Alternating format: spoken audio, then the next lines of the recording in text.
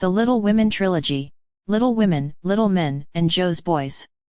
By Louisa May Alcott. Recording by Susan Bones.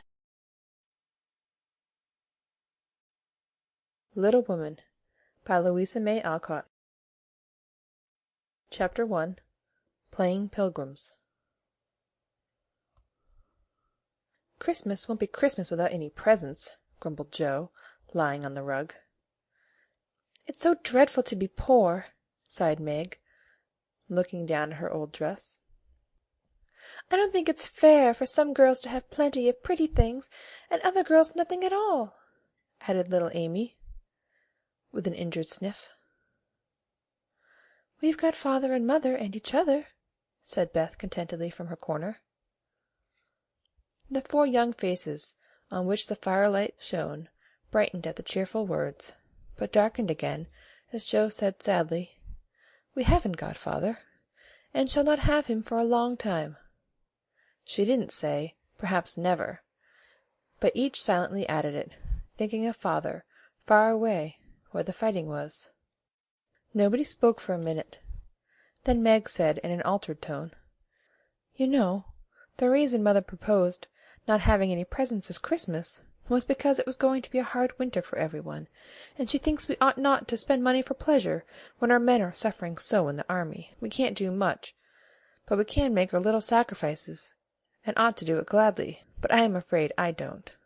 And Meg shook her head, as she thought regretfully of all the pretty things she wanted.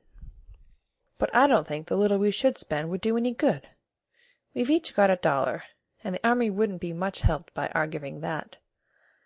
I agree not to expect anything from mother or you, but I do want to buy Undine and Cintran for myself. I've wanted it for so long," said Joe, who was a bookworm. "I plan to spend mine in new music," said Beth, with a little sigh which no one heard but the hearth-brush and kettle-holder.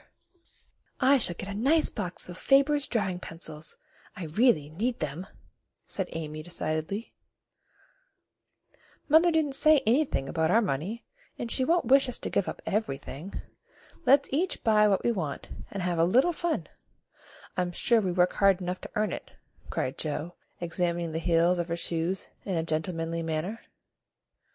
"I know I do, teaching those tiresome children nearly all day, when I'm longing to enjoy myself at home," began Meg, in the complaining tone again. "You don't have half such a hard time as I do," said Joe.